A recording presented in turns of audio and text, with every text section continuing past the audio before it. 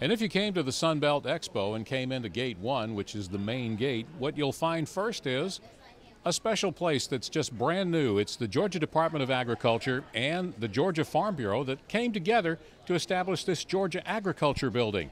And my new friend, Mr. Stanley Place of Manteo, North Carolina, and I are just enjoying the rocking chairs.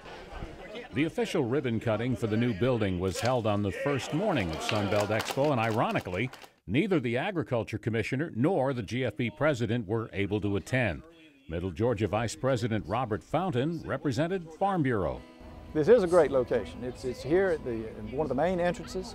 It's a wonderful opportunity for people coming in to first see the Georgia Agriculture Building as they come into the expo on the grounds.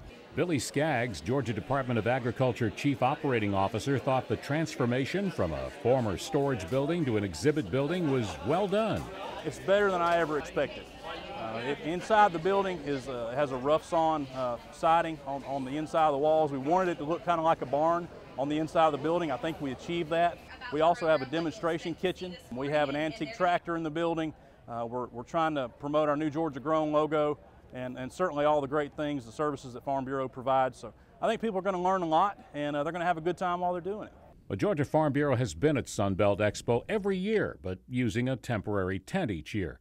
I asked GFB President Zippy Duval how the new permanent Georgia Agriculture Building came about.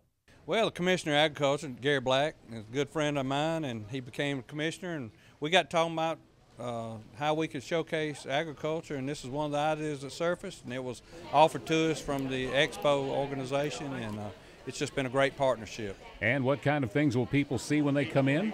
Well, when they come in, they're going to see what both organizations do for the public.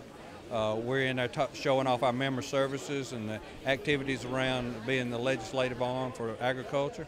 And then on the other side, you can see all the different departments in the Commissioner's office where he serves the people of Georgia with. They actually work in a commercial kitchen. Yeah, they have some cooking demonstrations, and we have some discussion talk about Farm Bill and other things around us, around issues in agriculture.